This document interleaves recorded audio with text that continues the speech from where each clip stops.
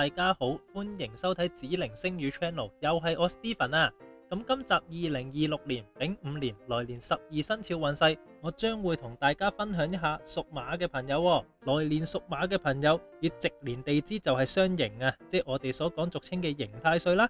各方面運勢都會轉差，容易出現不必要嘅損害。運氣指數係2粒星。首先愛情方面，感情容易出現危機，無心之失或者衝口而出，好容易會起衝突。對方好在意你嘅一言一行，所以凡事都要考慮清楚先做決定啊。其次係事業運，喺工作方面冇乜太大進展，以為所有嘅決定都會得到預期效果，但係會令對方即係上司同同事有機會感到冒犯。一動不如一靜，盡量收藏自己，做一個良好嘅觀察者。之後係財運，正偏兩財咧都有機會損失，突如其來嘅意外咧有機會令自己賠上一筆。